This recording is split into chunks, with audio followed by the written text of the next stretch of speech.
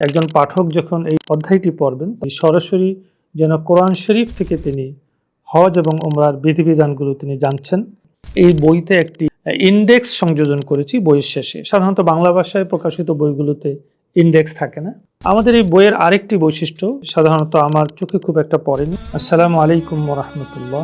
সুপ্রিয় বন্ধুগণ, আপনাদেরকে আমি কোরআন হাদিসের বর্ণনায় হজ ও ওমরা উদ্দেশ্য, নিয়মকানুন, শিক্ষা এই বইটির সাথে একটু পরিচয় করিয়ে দিচ্ছি।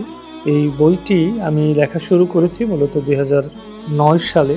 আমি যখন হজে গিয়েছিলাম সেখান থেকেই হজের উপরে একটি বই লেখার আমার সংকল্প হয়।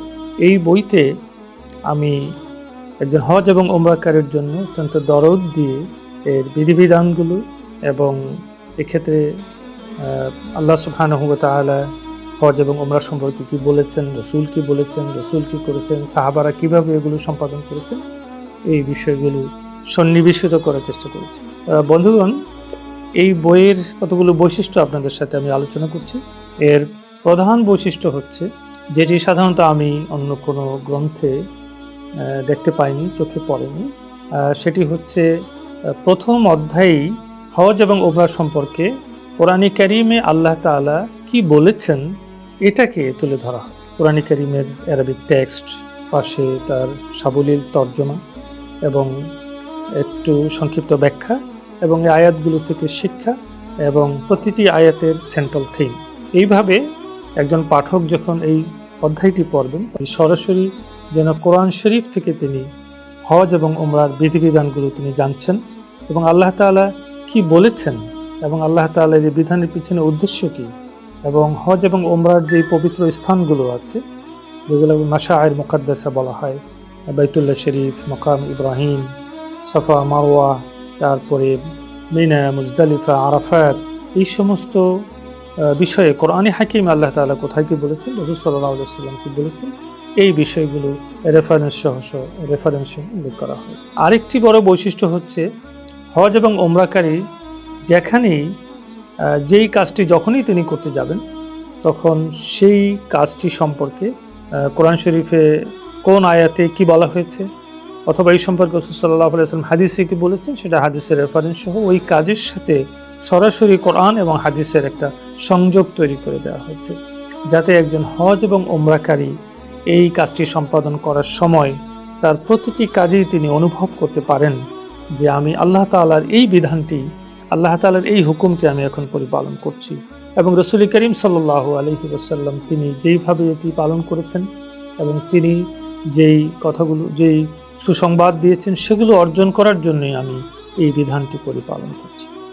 আমি আরেকটু বলি, এই হাদিসের বিষয়ে আপনি এই বইটি পড়লে দেখতে পাবেন এটা একটি কাজের কথা বলা হয়েছে, একটি বিধান, তারপরেই দেখবেন হাদিস হাদিস হাদিস, এভাবে আপনি খুব সুন্দর করে হাদিসগুলোকে পরিষ্কারভাবে উপস্থাপন করা হয়েছে, যাতে সহজেই আপনি যে কোনো বিধানের বিষয়ে হাদিসের রেফারেন্সটা আপনি পেয়ে যান এবং এখান থেকে আপনি আপনার হজটাকে সরাসরি রাসূলের হাদিসের সাথে আপনি সংযোগ তৈরি করতে পারেন। আমাদের এই বইয়ের আরেকটি বৈশিষ্ট্য যেটি হচ্ছে সাধারণত আমার চোখে খুব একটা পড়েনি, সেটা হচ্ছে হজের বইগুলোতে সাধারণত হজের নিয়মকানুনগুলোই মেইনলি বলা থাকে, কিভাবে কাজটি করতে হবে, কিন্তু এই কাজটি করার পিছনে উদ্দেশ্যটা কি, হজের উদ্দেশ্য কি, যেটাকে বলা হয় মাকাসিদুল হজ, এটার উপরে একটি আলাদা চ্যাপ্টার সংযোজন করা হয়েছে।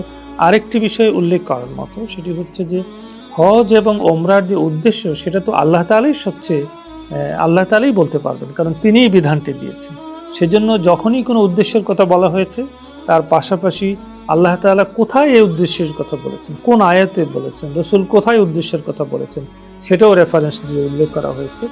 এর ফলে হাজি, একজন ওমরাকারী এবং হাজি, তিনি হজ করে হজের মাধ্যমে তার জীবনকে তিনি পরিবর্তন করতে পারবেন। আরেকটা হচ্ছে, আমরা এখানে এই বইতে একটি ইন্ডেক্স সংযোজন করেছি বইয়ের শেষে। সাধারণত বাংলা ভাষায় প্রকাশিত বইগুলোতে ইন্ডেক্স থাকে না, আমরা দেখি ইংরেজিতে বিভিন্ন গ্রন্থে ইন্ডেক্সটা থাকে সাধারণত। আমরা বাংলা বর্ণমালার ক্রমানুসারে আমাদের বইয়ের যতগুলো বিষয় আছে এই বিষয়গুলো এবং গুরুত্বপূর্ণ শব্দগুলো এগুলোকে অ্যালফাবেটিক্যাল অর্ডারে সাজিয়ে দেওয়া হয়েছে পৃষ্ঠা নাম্বার দিয়ে। এর ফলে আপনার যদি সময় বেশি না থাকে, আপনি যদি খুব সংক্ষেপে আপনার কাঙ্ক্ষিত বিষয়টি জানতে চান, তাহলে খুব সহজেই অ্যালফাবেটিক্যাল অর্ডারে ডিকশনারির মতো করে ওই শব্দটি, ওই বিষয়টি খুঁজে নিয়ে পৃষ্ঠা নম্বরে যে আপনি খুব অল্প সময়ে এটা দেখে নিতে পারেন। আরেকটি অধ্যায় আমরা এখানে সংযোজন করেছি, সেটা হচ্ছে যে হজ করতে যে হজকারী অথবা ওমরাকারী তার কিছু সাধারণ ভুল ভ্রান্তি হয়, যেটা কমন মিস্টেক্স। অতএব এগুলোকে খুব সহজে উপস্থাপন করা হয়েছে যাতে একজন হাজি এবং ওমরাকারী সহজেই এই ভুলগুলি তিনি এড়িয়ে চলতে পারেন এবং হজটাকে রসুল যেভাবে করেছেন সেভাবে সম্পাদন করতে পারেন। বইতে হজের নিয়মাবলীগুলোকে আমরা ছবিতে ধারাবাহিকভাবে উপস্থাপন করেছি যাতে একজন হাজি এটা খুব সুন্দর করে তিনি এটা উপলব্ধি করতে পারেন। আরেকটি বিষয় সেটি হচ্ছে যে আমরা এটা দ্বিতীয় সংস্করণ, আমরা দেখলাম যে এটি বড় বই হওয়ার কারণে এটি কিন্তু সঙ্গে রাখা যায় না, সুতরাং আমরা এটার একটা পকেট সংস্করণ দ্বিতীয় সংস্করণে আমরা প্রকাশ করেছি। এই পকেট সংস্করণের বৈশিষ্ট্য হচ্ছে এখানে এটার সাইজটা হচ্ছে পাসপোর্ট সাইজে করা হয়েছে যাতে খুব সহজেই আপনি পকেটে এটাকে রাখতে পারেন।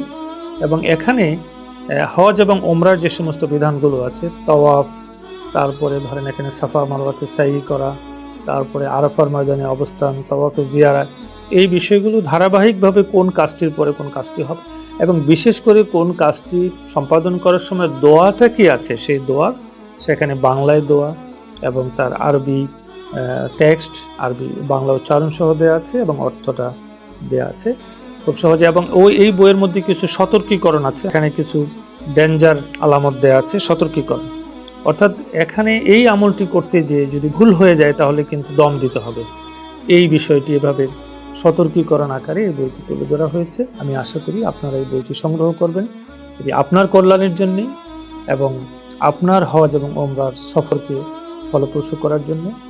আল্লাহ তাআলা আপনার হজ এবং হজকে হজ্জে মাবরুর হিসাবে কবুল করুন, ওমরাকে কবুল করুন এবং এটিকে আপনার জীবনে, আপনার দুনিয়ার জীবন ও আখিরাতের জীবনের একটি মুক্তির চাবিকাঠি হিসাবে করুন। আমিন। আসসালামু আলাইকুম ওয়া রাহমাতুল্লাহ।